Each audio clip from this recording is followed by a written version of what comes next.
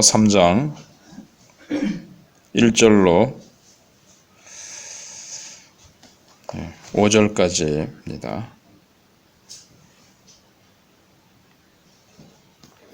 사랑하는 자들아, 내가 이제 이 둘째 편지를 너희에게 쓰노니 이 두 편지로 너희의 진실한 마음을 일깨워 생각나게 하여 곧 거룩한 선지자들이 예언한 말씀과 주 되신 구주께서 너희의 사도들로 말미암아 명하신 것을 기억하게 하려 하노라. 먼저 이것을 알지니 말세에 조롱하는 자들이 와서 자기의 정욕을 따라 행하며 조롱하여 이르되 주께서 강림하신다는 약속이 어디 있느냐? 조상들이 잔 후로부터 만물이 처음 창조될 때와 같이 그냥 있다 하니 이는 하늘이 옛적부터 있는 것과 땅이 물에서 나와 물로 성립한 것도 하나님의 말씀으로 된 것을 그들이 일부러 잊으려 함이로다. 아멘.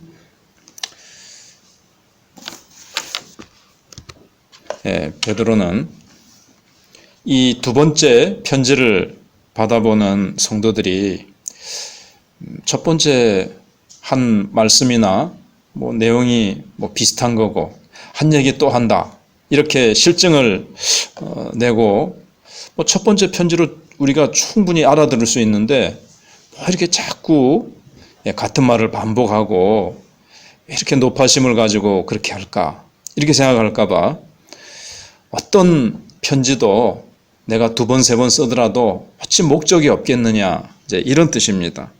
그런 말로 그 뜻으로 사랑하는 자들은 내가 이제 이 둘째 편지를 너에게 쓰노니 이 두 편지로 한 번 썼지만 두 개의 편지를 가지고 너의 진실한 마음을 일깨워 생각나게 하려 한다. 이렇게 말하고 있습니다. 그러니까 성도들이 자주 깨우침을 받을 필요가 있다는 겁니다. 우리는 이 어둠의 세력의 공격에 대해서 준비하고 무장하고 아무리 튼튼하게 무장을 해도 부족함이 없는 거죠. 튼튼하게 무장하면 할수록 한 번 더 여러 번 말씀의 갑옷을 더 든든하게 입을수록 그 위험한 공격으로부터 우리는 능히 이제 벗어날 수 있게 되는 겁니다. 베드로 사도가 성령의 인도하심을 따라서 이제 베드로가 떠난 후에 교회를 공격하기 위해서 다가올 이 사탄의 그 이단 세력을 통해서 사탄이 공격할 여러 가지 것들에 대해서 지금 준비를 이렇게 시키는 겁니다. 그리고 기록으로도 남기고요. 지금은 사도들이 전해준 정결하고 순수한 믿음의 도리를 가지고 있습니다.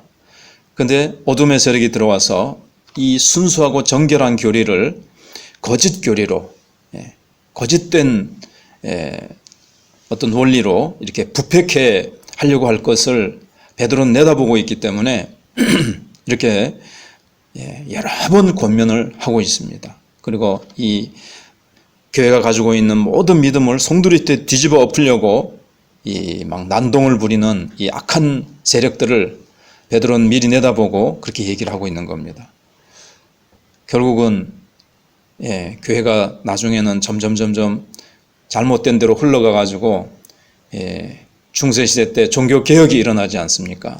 너무나 교회가 아닌 모습으로 흘러가고 성경을 떠나서 전통을 중시하면서 그 전통도 성경에 전혀 없는 인간이 만든 그런 모습으로 나중에 교회가 흘러가고야 맙니다. 그리고 중간에 여러 이단들도 나타나고요. 그래서 너희 진실한 마음을 일깨워 이렇게 얘기를 했는데 너희로 진실한 마음을 갖도록 내가 일깨우고 싶다는 겁니다. 이 권면을 중단해버리면 이 경건한 자들의 마음이 어두워집니다. 녹이 슬게 된다는 거죠. 그래서 끊임없이 하나님의 말씀의 훈계로 이 복음 진리로 자극을 받지 않으면 이 사람은 나태하게 됩니다. 그러면은 나한테 매일 자주 권면해 주는 사람이 없으면 어떻게 합니까?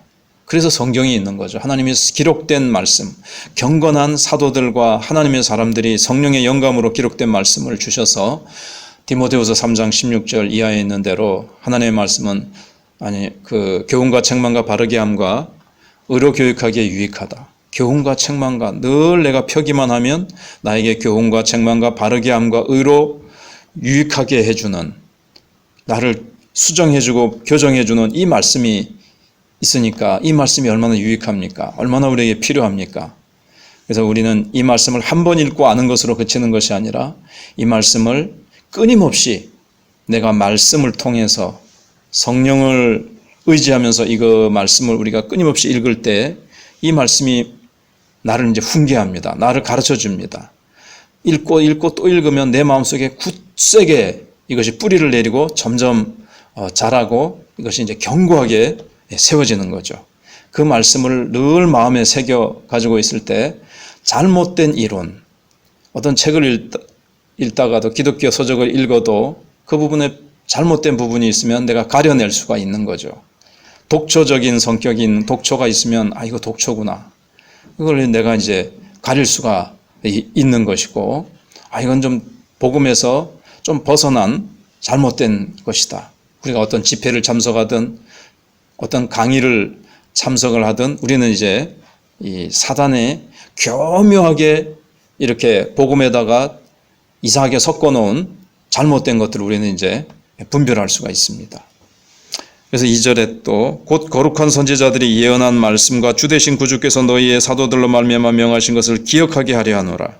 우리가 선지자들과 구약이죠. 그 다음에 주 되신 구주께서 사도들을 통해서 가르쳐 주신 이 복음, 이것만 딱 신실하게 잘 붙들고 있으면 이제 충분하다, 이제 이 말씀입니다.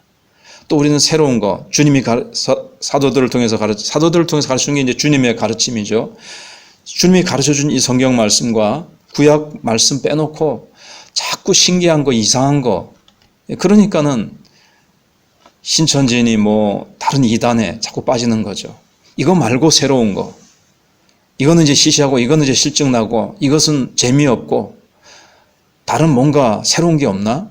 이제 이렇게 주님이 우리에게 주신 말씀에서 충분한데 이걸 계속 반복해서 읽고 이것으로 무장하고 이것으로 내 마음에 굳세게 우리가 하면 되는데, 이 말씀을 이제 우리가 이제 등한히 하면 마음이 이제 자꾸 이제 녹이 슬게 됩니다. 어두움에 이제 자기도 모르게 아주 서서히 마음이 어두워지게 되는데, 그 이유는 이제 나태함이죠.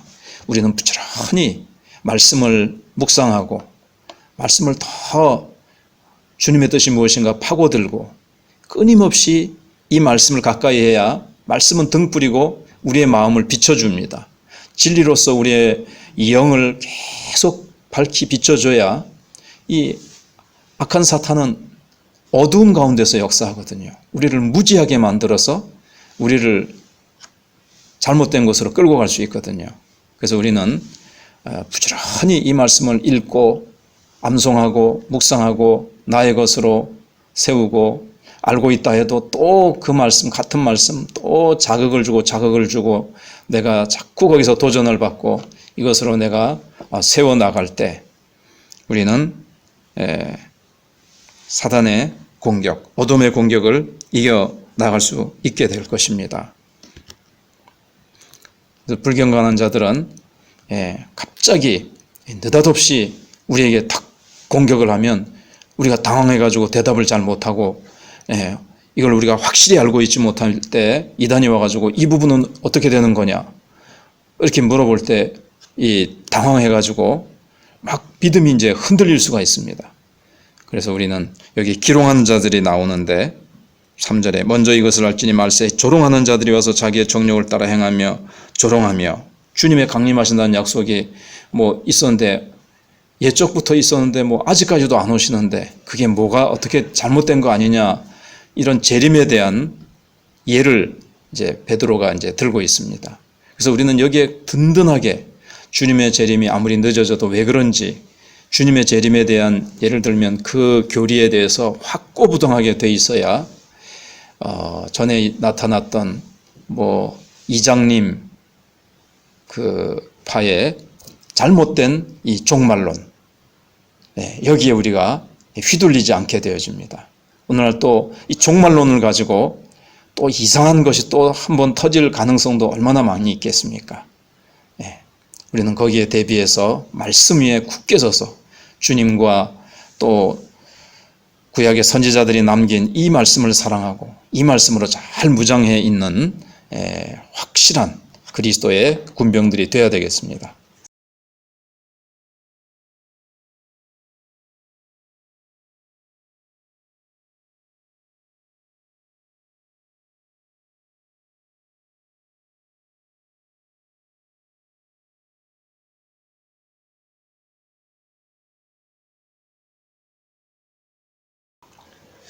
예, 3절로 7절입니다. 먼저 알지니 말세에 조롱하는 자들이 와서 자기의 정욕을 따라 행하며 조롱하여 이르되 주께서 강림하신다는 약속이 어디 있느냐. 조상들이 잔 후로부터 만물이 처음 창조될 때와 같이 그냥 있다 하니 이는 하늘이 여쪽부터 있는 것과 땅이 물에서 나와 물로 성립된 것도 하나님의 말씀으로 된 것을 그들이 일부러 잊으려 함이로다. 이로 말미암아 그때의 세상은 물이 넘침으로 멸망하였으되 이제 하늘과 땅은 그 동일한 말씀으로 불사르기 위하여 보호하신 바 되어 경건하지 아니한 사람들의 심판과 멸망의 날까지 보존하여 두신 것이니라. 아멘. 4절에 보시면 이제 3절에서부터 보면 말세에 조롱한들이 나타나서 자기의 정욕을 따라 행하며 조롱하되 주께서 강림하신다는 약속이 어디 있느냐. 주님이 다시 오신다 그랬는데 뭐 지금 2000년이 더 넘게 주님이 오시지 않는데 그거 다 지어난 얘기고 다 엉터리다. 이런 식으로 조롱한다는 겁니다. 만물이 처음 창조될 때와 같이 지금도 계속 변함없이 이렇게 우주와 이 자연은 계속 유지되고 있는데 봐라. 무슨 변화가 있느냐. 무슨 주님이 오시고 뭐 사람이 다시 부활한다고 하는데 뭐 조상들이 잔 후에 뭐 무슨 변화가 있느냐. 이렇게 얘기를 합니다. 근데 이 끝날의 소망, 재림의 소망이 사라지면 복음에서 남을 것이 하나도 없게 되어집니다. 주님이 다시 오셔서 심판하실 자를 심판하시고 택한 백성들을 하나님의 백성들을 구원하시고 구원을 완성하시고 우리를 영광스럽게 하시고 하나님 나라를 완성하시고 완성된 하나님 나라에 우리를 이끌어 들이시는 그 소망, 그 복음 진리가 무너진다면 아무것도 남는 게 없습니다. 사탄은 바로 그 재림 신앙을 파괴할 때 교회의 목을 조르는 것이라는 것을 알고 이것을 이제 조롱하고 이 재림 신앙을 빼앗아 가려고 하는 것입니다. 주님께서 우리를 마지막 날 구원을 완성하시고 그 영광스러운 나라에 우리를 부활시키셔 가시되 영광의 주님과 같은 모습으로 부활시키셔서 천국으로 들여보내시려고 하는 것이 아니라면 주님이 뭐하러 이 땅에 오셔서 십자가에서 죽으셨겠습니까?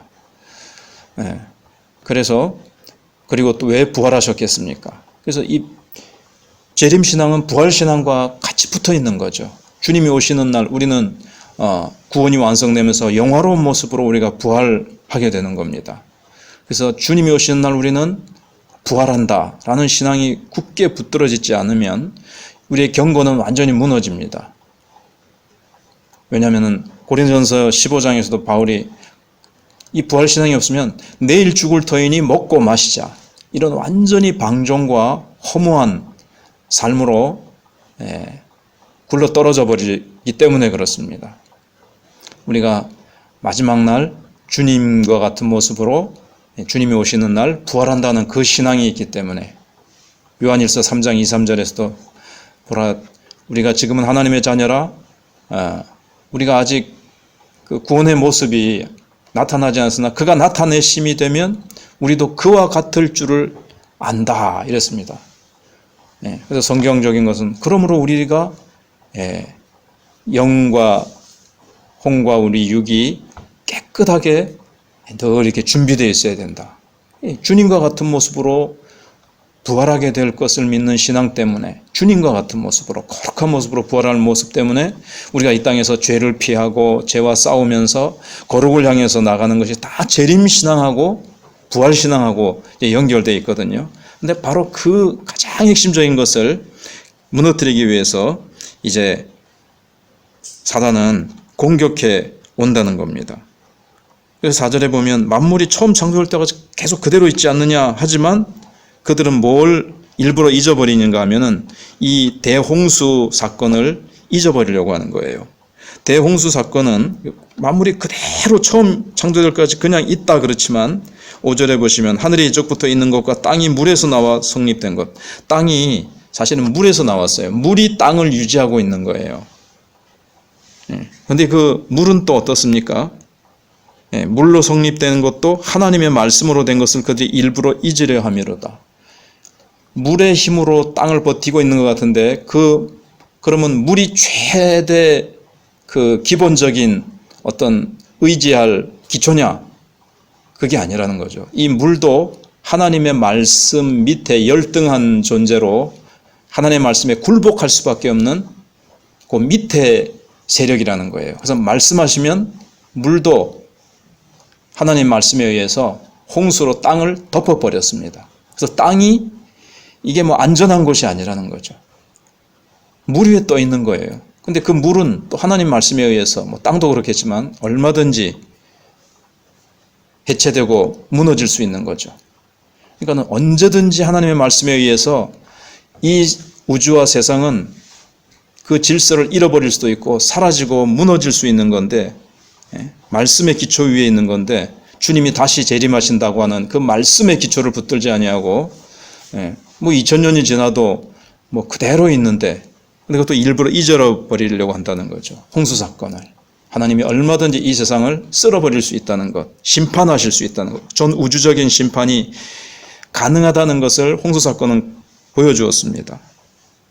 그래서 6절에 이로 말미암아 그때에 세상은 물이 넘침으로 멸망하였을 때 죄가 가득하니까 하나님께서 심판하셨습니다. 온 세상을. 그런데 7절에 이제 하늘과 땅은 그 동일한 말씀으로 불사르기 위하여 보호하신 바 되어 건건하지 아니한 사람들의 심판과 멸망의 날까지 보존하여 두신 것이니라. 참고 기다리시죠. 뒤에 보면 천년이 하루같이 하루가 천년같이 하나님께서 한 사람이라도 돌아오도록 기다리고 계셔서 그렇지 심판을 위해서 지금 잔칫날 돼지를 잡으려고 하는 것처럼 경건하지 아니하고 악한 자들은 마지막 날 하나님께서 이제 심판하실 것인데 하나님께서 자꾸 기다리시는 거죠. 그러나 얼마든지 하나님의 말씀에 의해서 이 세상은 물로 불로 말씀에 의해서 하나님이 반드시 심판하실 것이라는 것 우리는 그것을 기억하고 주님의 재림과 그때 천사들이 택한 백성들을 다 불러 모으시는 그런 역사를 우리는 기다리면서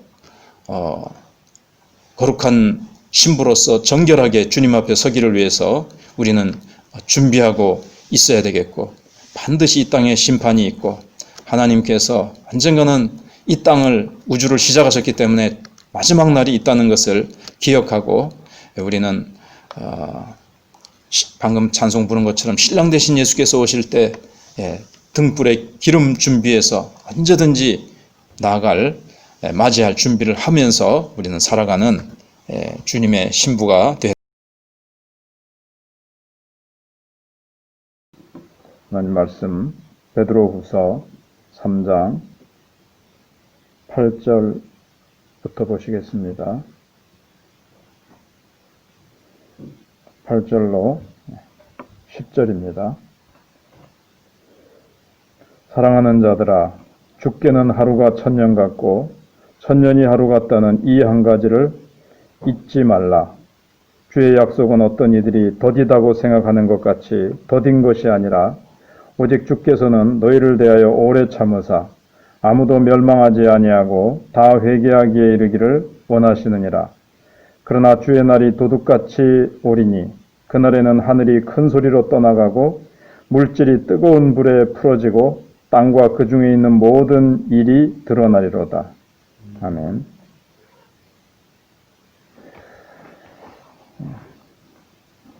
지금까지 베드로는 주로 악한 자들의 어떤 속성, 악한 자들이 어떤 행위를 가지고 우리 믿는 자들을 공격하고 교회를 엎드러뜨리려고 하는지에 대해서 경고를 했습니다. 이제 그는 말머리를 돌려서 사랑하는 자들아 하면서 교회 안에 경건한 자들을 향해서 그리스도의 재림에 대해서 언급될 때에 눈을 위를 향해서 들어라. 이렇게 얘기를 하는 겁니다. 사랑하는 자들아 주께는 하루가 천년 같고 천년이 하루 같다는 이 한 가지를 잊지 말라. 불신자들이나 이 악한 자들이 기롱하기를 주님의 재림이 어디 있느냐. 지금까지 오랜 세월이 지나도 아무런 변화도 없는데 사실 변화가 없는 게 아니라 어제 말씀드린 대로 노아 홍수가 있었습니다. 하나님은 온 세상이 죄로 가득할 때 심판하셨습니다. 그런데 이제 우리가 인간적으로 보면 정말 주님의 재림은 긴 것 같이, 재림은 오지 않는 것 같이 우리가 기다려야 될 시간이 굉장히 긴 것처럼 보입니다. 왜냐하면 우리의 그 짧은 생애라는 시각으로 볼 땐 우리는 길어야 100년입니다. 100년이라는 우리의 짧은 인생의 시점에서 보면 2000년이나 지났는데 이렇게 보이는 거죠. 또 우리는 1시간, 하루 지났네, 한 달 지났네. 우리는 아주 그 짧은 단위의 인생 속에서 살아가니까 2000년이나 지났는데 이렇게 지루하게 느껴지는 거죠. 우리는 분초 속에 시간과 연 속에 살아가니까. 그러나 하나님의 시간표, 우주 전체적인 입장에서 볼 때는 하루가 천년 같고 천년이 하루 같다.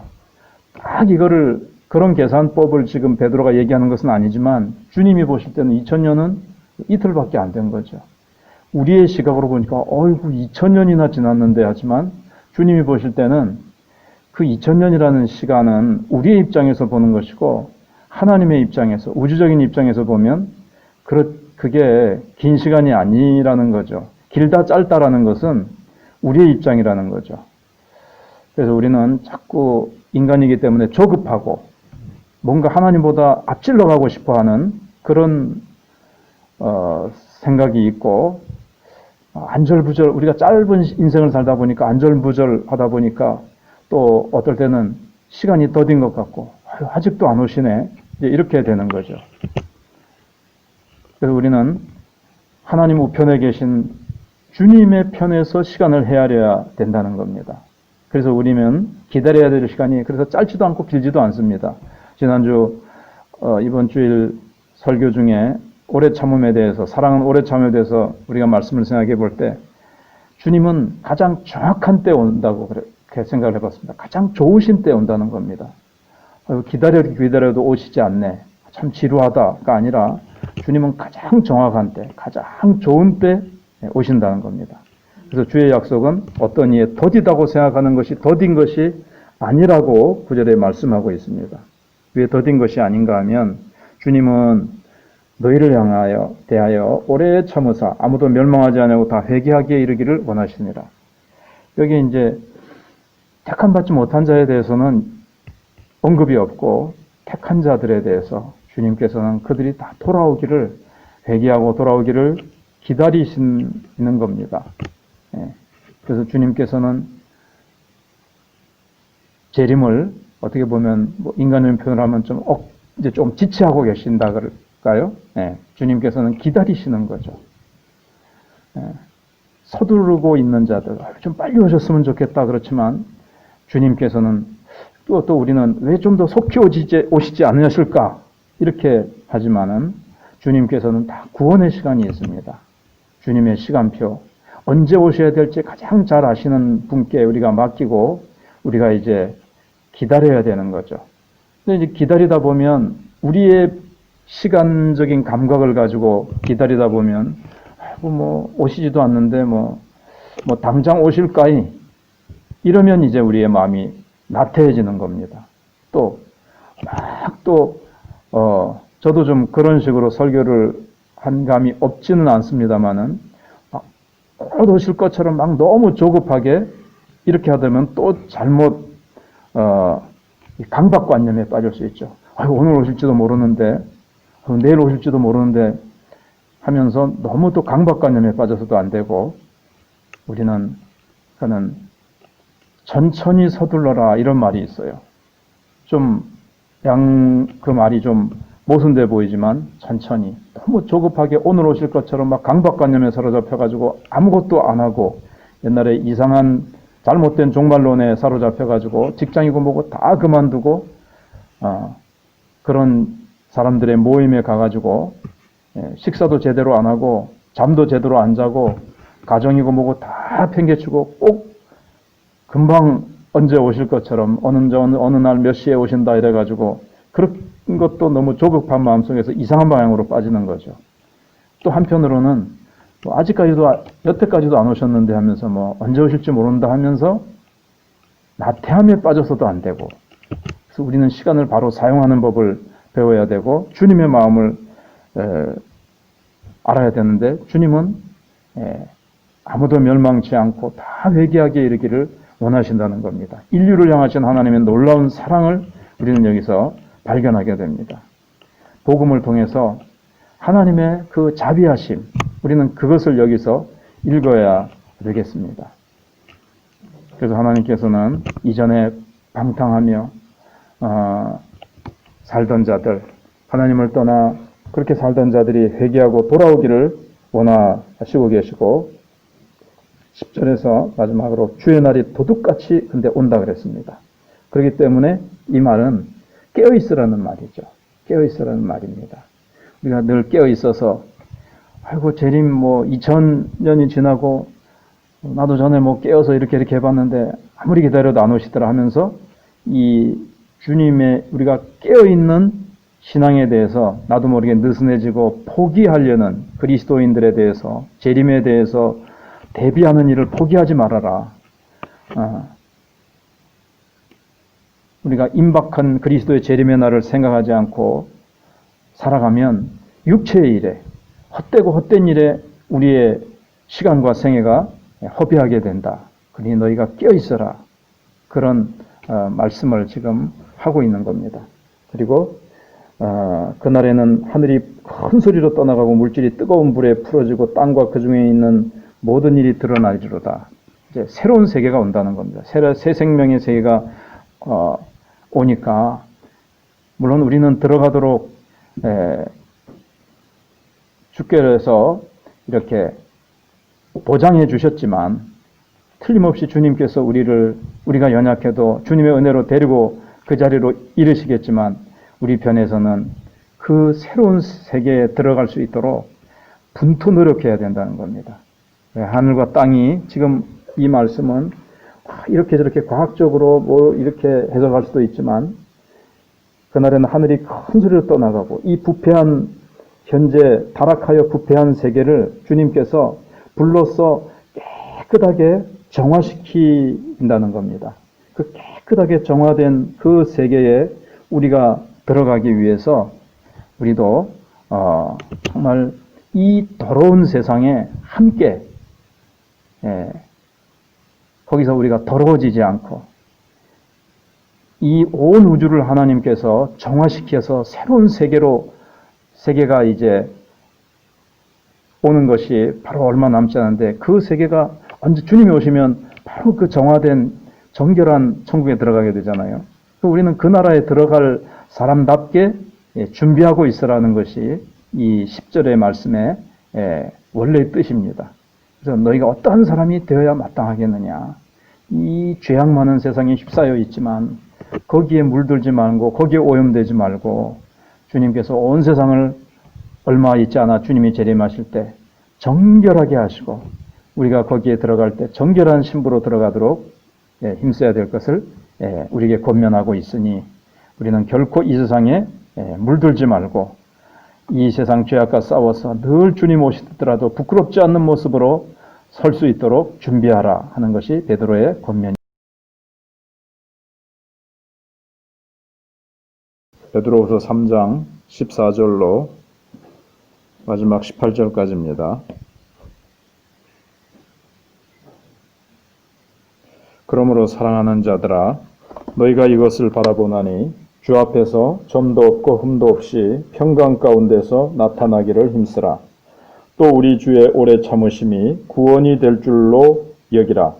우리가 사랑하는 형제 바울도 그 받은 지혜대로 너희에게 이같이 썼고, 또 그 모든 편지에도 이런 일에 관하여 말하였을 때 그 중에 알기 어려운 것이 더러 있으니 무식한 자들과 굳세지 못한 자들이 다른 성경과 같이 그것도 억지로 풀다가 스스로 멸망에 이르느니라. 그러므로 사랑하는 자들아, 너희가 이것을 미리 알았은즉 무법한 자들의 미혹에 이끌려 너희가 굳센 데서 떨어질까 삼가라. 오직 우리 주 곧 구주 예수 그리스도의 은혜와 그를 아는 지식에서 자라가라. 영광이 이제와 영원한 날까지 그에게 있을지어다. 아멘.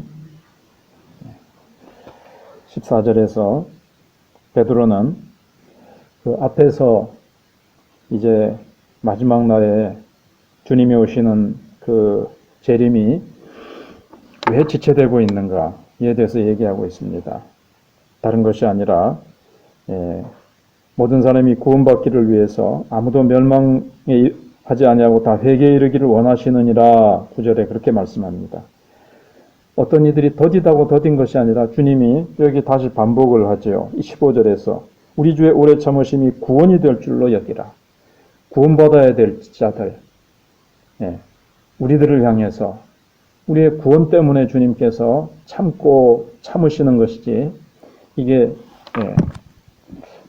안 오시네, 더디네, 그러면서 이것이 나태와 방종의 이유가 돼서 안 되고 이게 하나님의 사랑의 동기 때문에 주님께서 이렇게 오래 참고 기다리신다는 것을 생각하라는 겁니다. 그럴 때 그것이 격려가 된다는 거죠. 이거 뭐 아무리 해도 안 오시네 하면서 혹시 실망하고 낙심하고 주님을 기다리는 일에, 그러니까 주님의 재림을 대비하고 자기를 이렇게 거룩하게 준비하는 일을 포기하고 나태하게 할까봐 베드로는 그렇게 이제 설명을 하고 있습니다. 더딘 것이 아니라 이것은 구원을 위해서 한 영혼이라도 더 구원시키고 또 구원이라는 말 속에는 우리가 더 성화되는 면도 있지 않습니까? 그런 우리의 구원에 관심이 있기 때문에 그 구원에 초점을 맞추고 주님께서 오래 참고 기다리신다는 것을 깨달으라는 겁니다. 그럴 때 또 앞에서 내용에 이제 새 하늘과 새 땅이 이제 온다 그랬습니다. 현재 있는 하늘과 땅은 불로서 정화시키고 깨끗하게 부패하고 죄로 더러워졌기 때문에 깨끗하게 정화시키는 것과 마찬가지로 주님이 땅과 하늘도 정화시키듯이 우리도 그렇게 정화된 나라에 들어갈 것이니까 어제 말씀드린 대로 정화된 나라에 들어갈 사람답게 우리 자신을 계속 깨끗하고 거룩하고 경건하게 하라는 거예요. 그래서 13절에 우리는 그의 약속대로 의가 있는 곳인 새하늘과 새 땅을 바라보도다. 우리는 지금 현재 부패한 세상에 살고 있지만 새하늘과 새 땅을 바라보면서 살아가라는 거죠. 우리의 소망은 이 세상이 아니라 새하늘과 새 땅입니다. 거기는 황금보석 꾸며졌기 때문에 그걸 바라보는 것이 아니라 죄가 없는 곳, 더러운 길이 아니라 깨끗한 길. 그래서 주 앞에서 점도 흠도 없이 평강 가운데 나타나기를 힘쓰라 그랬습니다. 이 땅 위에서 아무리 우리는 죽기 직전까지 날마다 기도하고 경건에 힘써도 완벽에 이르지는 못합니다. 점도 흠도 없는 존재로 되지는 못합니다. 그러나 그렇게 못된 바야 아무렇게나 살자가 아니라 그래도 점도 없이 흠도 없이 주님 앞에 나타날 수 있는 것처럼 마치 그런 것처럼 그렇게 나타나기를 힘쓰라는 겁니다. 그러나 그렇게 힘쓴 우리 모든 예수 믿는 자들을 마지막 순간에는 영화롭게 정말 점도 흠도 없이 주님께서 마지막 날 변화시키실 거죠. 또 마지막 날 변화시키실 거니까 아무렇게나 살아도 주님이 결국은 영화롭게 하실 거니까 아무렇게나 살자. 또 이렇게 돼도 안 됩니다. 점도 없이 흠도 없이 나타날 것처럼 그렇게 힘쓰라는 거죠.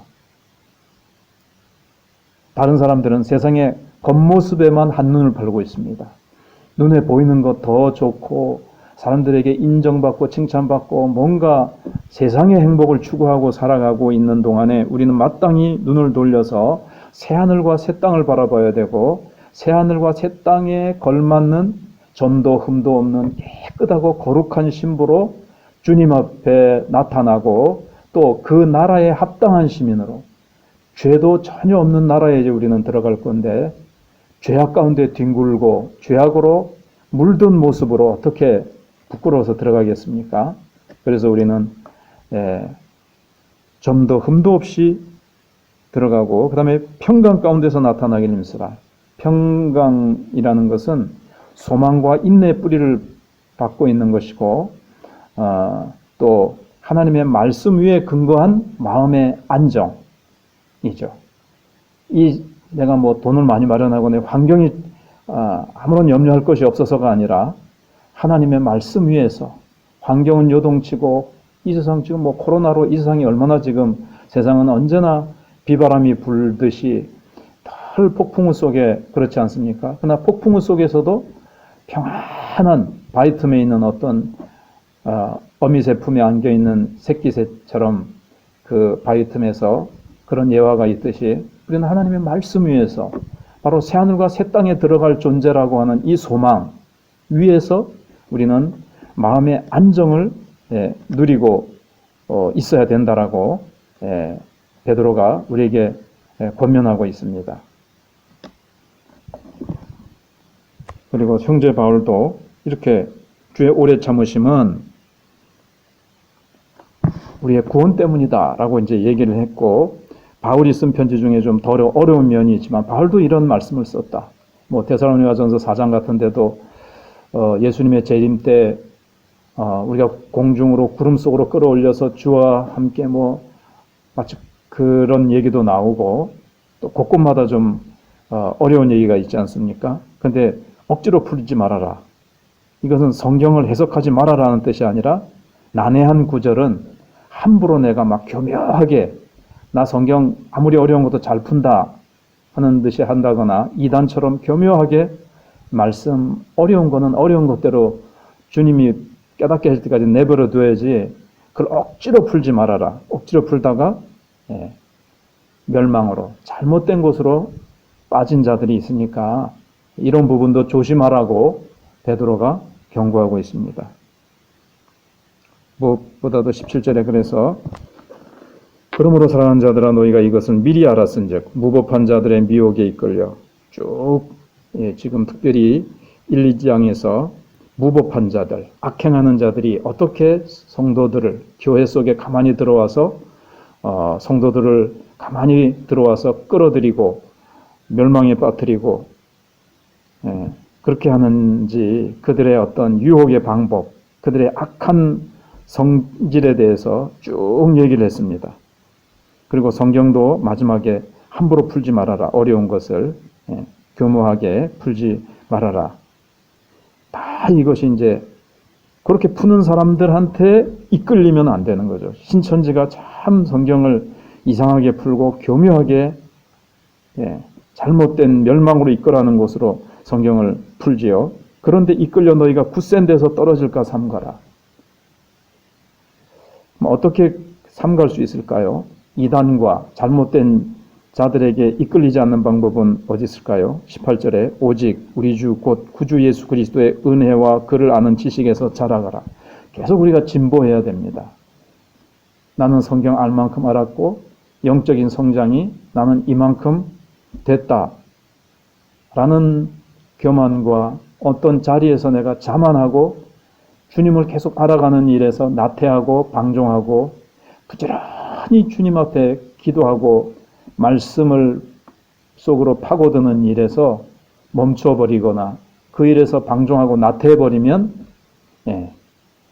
우리의 성장이 멈추면 이단에게 잘못된 곳으로 미혹돼서 갈 위험이 있으니까 이 말은 구원받은 사람이 멸망에 이를 수 있느냐 그것을 생각하기 이전에 베드로가 얘기하는 것은 결코 이 성장을 멈추지 말아라. 영적인 진보를 멈추지 말고 부지런히 점도 없이 흠도 없이 나타날 자로 주님 앞에 힘쓰고 이 세상의 겉모양만 보이는 것에 힘쓰지 말고 거기에 몰두하지 말고 장차 나타날 하나님 나라, 그것을 소망하면서 말씀 위에 굳게 서서 경건한 자로 하나님의 자녀답게 계속 우리가 영광 가운데 나타나기를 힘쓰고 성장하기를 힘쓰라. 그리고 자라가라고 말씀하고 영광이 이제와 영원한 날까지 그에게 있을지어다. 마지막 성령으로 하나님께 영광을 돌리고 있습니다.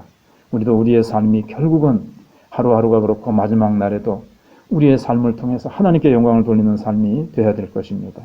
이로써 또 베드로후서를 우리가 그동안 생각해 보면서 마지막 날에 어떻게 우리가 살아야 되고 정말 마지막 날이 가까웠다는 것을 우리가 생각해